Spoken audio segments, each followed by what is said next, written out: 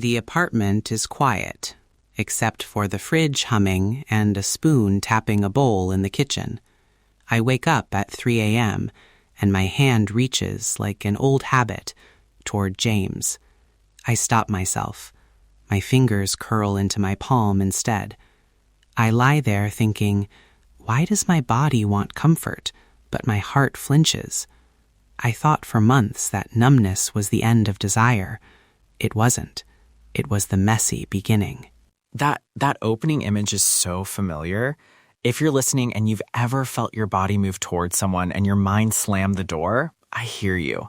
This episode is for those of you trying to find tenderness again after something broke. Welcome to SNJ Pride. I'm Sam Nang.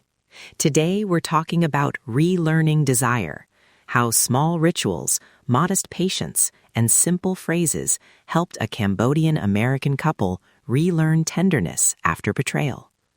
Quick content note. We'll discuss infidelity and emotional harm in non-graphic terms.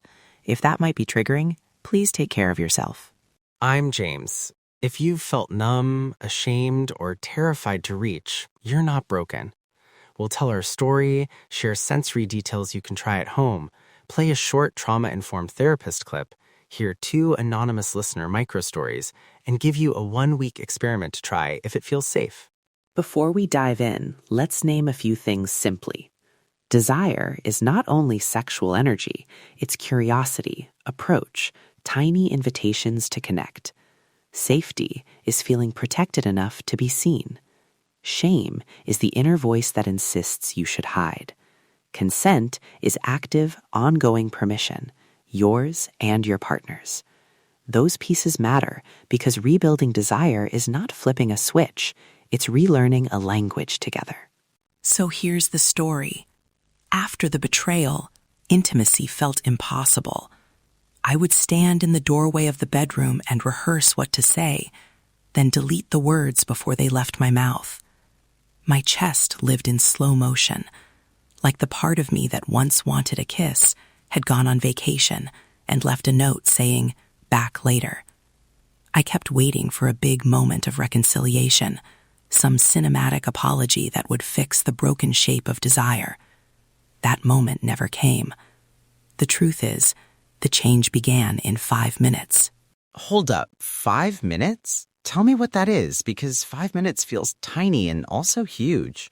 One night, after weeks of silence and sleeping on separate sides of the bed, I suggested a practice I'd read about, a 5-minute, no-pressure hand-holding, no talking if we didn't want to, no expectation of anything else, just 5 minutes of holding hands, palms touching, eyes maybe down, permission to breathe.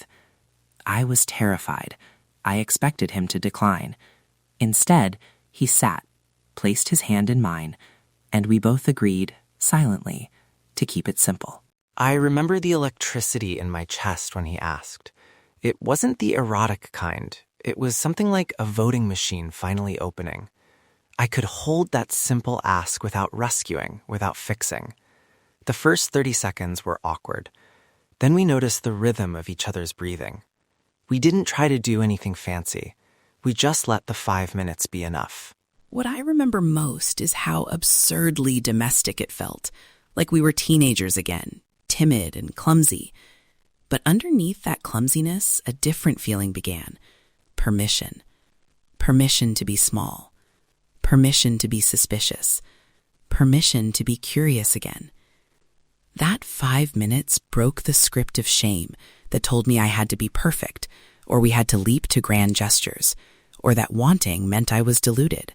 And then we built rituals. Nothing Instagrammable, a Sunday kitchen ritual where we made one meal together and let small touches happen without agenda. Standing side by side chopping vegetables, an accidental brush of the elbow, an offered spoon to taste the sauce. Those micro movements reminded our nervous systems it was okay to approach. Picture it, the clink of a bowl, the steam that fogs up the window, the street noise, a muffled hum outside. We learn to make consent a gentle habit, a glance, a soft, "Is this okay?" instead of assuming. We replaced dramatic scripts with little scaffolds, Would you like my hand for a minute? Or can I sit with you while you scroll? Small permission, repeated consistently, felt like building scaffolding under a fragile bridge. I should pause here and say, I did not become an expert overnight. I was a mess. I wanted to speed up the process because waiting felt unbearable. I would catch myself pushing, trying to force affection and then feeling worse. What I learned the hard way is that pacing matters. Trust me on that one. Desire heals with time and tiny, predictable cues, not with pressure. From my side, the hard work was learning to hold space without trying to fix his pain. At first, I wanted to rescue, to solve the numbness with assurances or grand gestures. But what helped more was asking, how do you want me to sit with this? And then actually doing that. Saying, I'll hold your hand for 5 minutes, no questions, and then keeping that promise. Consistency mattered more than charm.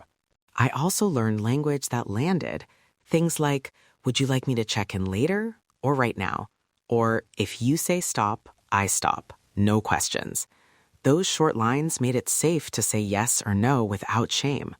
We want to bring in a short expert voice now, a trauma-informed sex therapist who explains why pacing and the nervous system work can make these tiny rituals feel powerful. This is a clip we recorded with permission.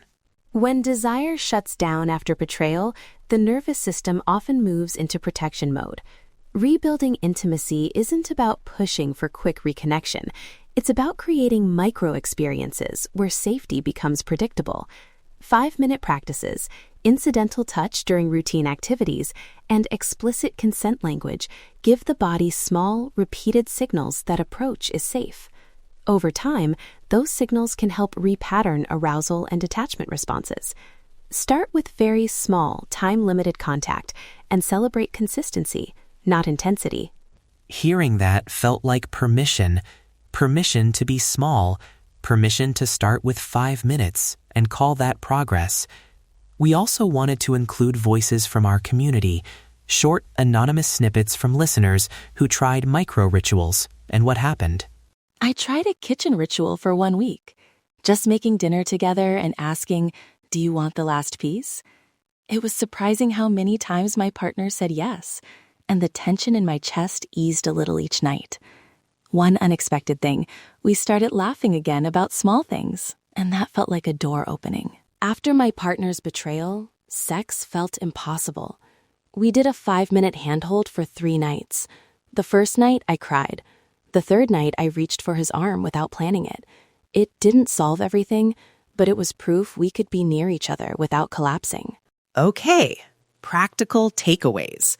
3 concrete micro-rituals to try over a week, and a simple script for each. These are trauma-aware, low-risk steps. If any feel unsafe, stop and seek support. Ritual 1, the 5-minute handhold. Find a chair or couch. Agree, 5 minutes, no pressure, no conversation, unless you want to. Script. Can I hold your hand for 5 minutes? No pressure. We can stop anytime. Measure. Do it 3 times this week and note how your body reacts each time. Ritual 2, the incidental touch cooking ritual. Pick one shared meal. Do one task side by side, chopping, stirring. Offer an incidental touch and invite consent. Script. Do you want my help with this, or would you like some space? Measure. Aim for 2 shared cooking sessions and notice any small touches that feel honest. Ritual 3, the check-in card. Create 3 tiny prompts you can text or say. Would you like a hug? Would you like me to be quiet with you for 5 minutes? Would you like me to sit nearby? Measure. Use 1 prompt daily and track your partner's responses and your own internal reaction. We also want to give you templated language to ask for what you need, short, normalizing, and low pressure. Try, I miss being close. Would you be open to trying a 5-minute handhold tonight? If not, that's okay. Or, if I ask for affection and you don't want it right then, please tell me and we can try another time. These scripts name the request and the safety net. They're small, but they do heavy lifting. Important reminder, This is lived experience, not therapy. If you're feeling unsafe, if there's ongoing abuse, or if these practices make things worse, reach out to a professional. Rebuilding desire sometimes means leaving a relationship for your safety. That's valid. We won't sugarcoat that. If this brought up a lot for you, here's a private way to connect.